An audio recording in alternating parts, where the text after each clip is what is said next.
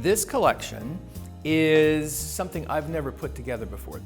There's 75 costumes in this piece, and it is basically a showcase for costumes that were purchased and used on camera and costumes that were created in a workroom.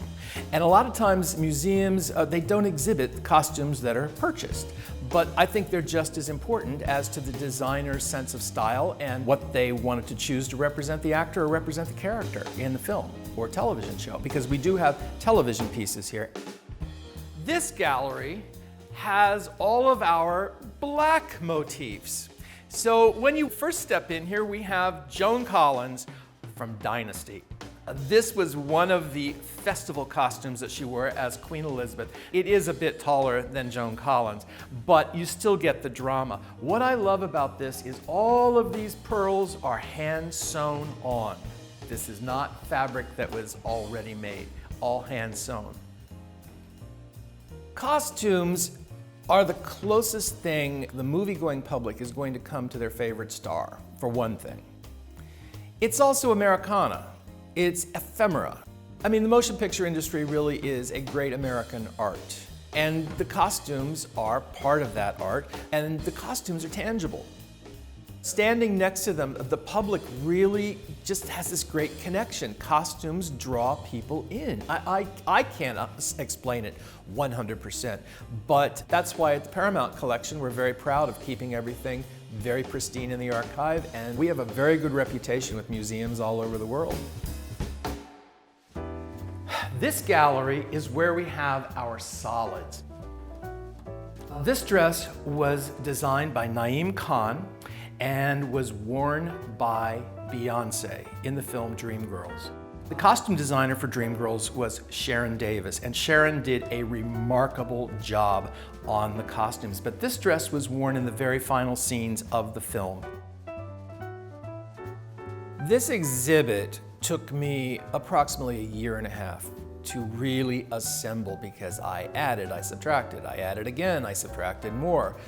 And I was heavily influenced by the Bill Cunningham coffee table book, which documents from the 1960s through the 2000s. And Bill Cunningham, if you're not familiar with him, rode his bicycle around either New York or Paris, taking candid photographs, and in doing so, of people just in their wardrobe. I'm going page by page, going, wow, there's an exhibit here. And I think given all of the items that I have in the collection and what's available with feature production from our open stock, it's like, I think I could put something together that it would make sense.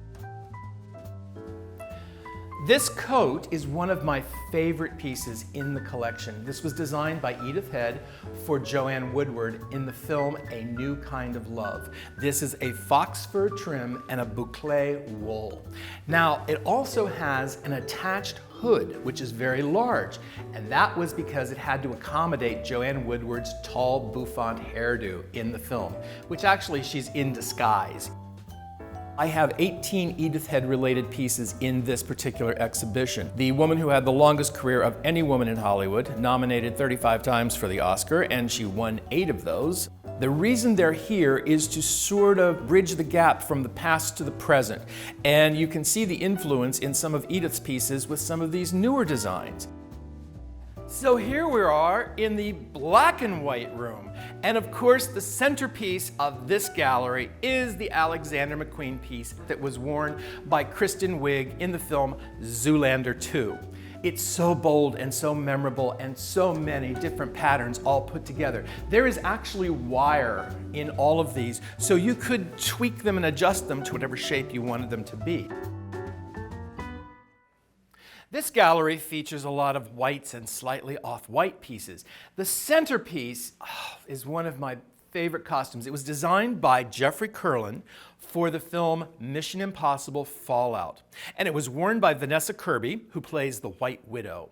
This is so evocative and so reminiscent of the 1930s, even though the film is a contemporary film. But you look at the bias cut gown and then the pearl encrusted robe, which, you know, looking at it from behind, it just sparkles. It's terrific. And that is very reminiscent of designs that were done in the 1920s.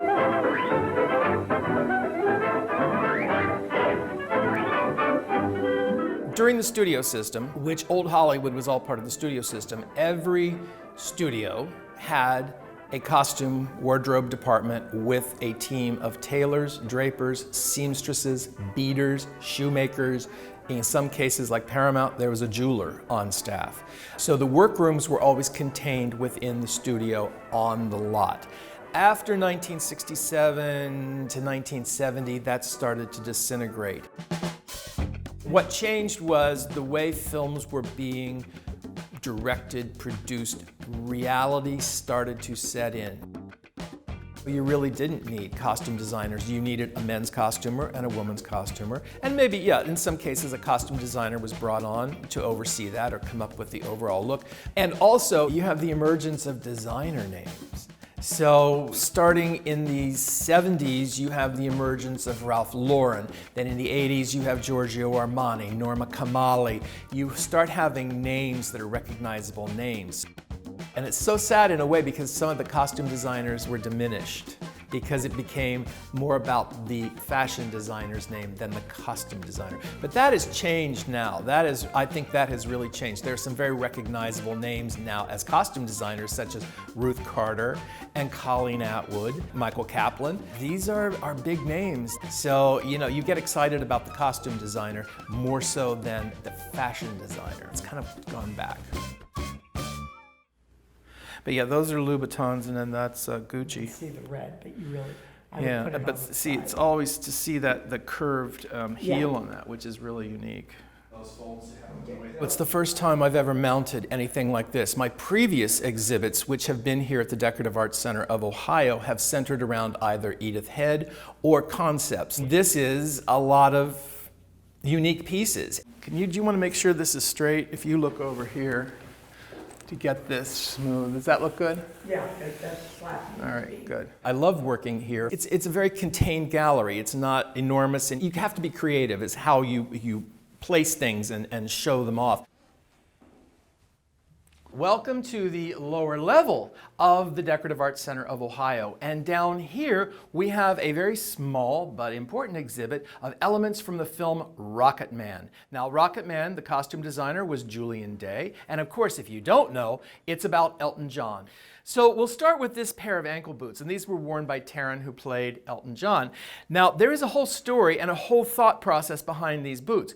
He wore these boots during the number Goodbye Yellow Brick Road, which of course is about the Wizard of Oz. So his blue suit represented Dorothy, his silver shirt represented the Tin Man, he was wearing a faux fur coat, which represented the lion, and he was wearing a straw fedora, which represented the Scarecrow. These shoes are Swarovski crystals, all of them. And these are beautiful. Of course, they represent the ruby red slippers. I want people to take away from this an appreciation for the work and the thought that goes into costuming a film.